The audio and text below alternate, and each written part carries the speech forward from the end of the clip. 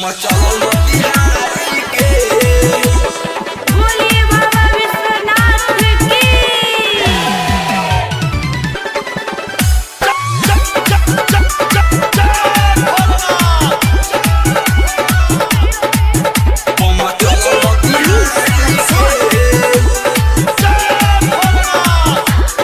Cutter सवारी के बम चलल मोतिहारी के धके कटर सवारी के बम चलल मोतिहारी के डीजे बाजी आज सारी रतिया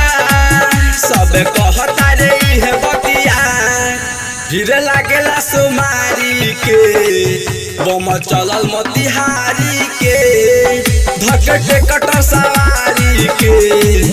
बम चलल मोतिहारी के बोलिए बाबा भोलेनाथ की। बम चलल मोतिहारी के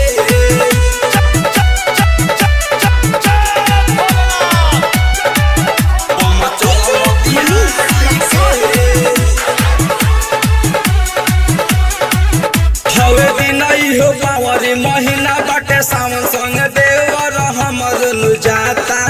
लागल मन में बायास बात कहता नि सच अस गइनी ना बहुत बुझाता हवे दिन हो पावरी महीना बाटे सावन संग देवर हमर नु जाता लागल मन में बायास बात कहता नि सच अस गइनी ना बहुत बुझाता जब नाचला कवरिया रे जब हिलेला सहरिया रे हम जइतिया गाड़ी रे बम चलल मोतिहारी के धके कटर सवारी के बम चलल मोतिहारी के mix by Neeraj recording studio Raghunathpur Motihari 8392406407। बम चलल मोतिहारी के प्रेम से बोलिए अमरदानी की। बम चलल मोतिहारी के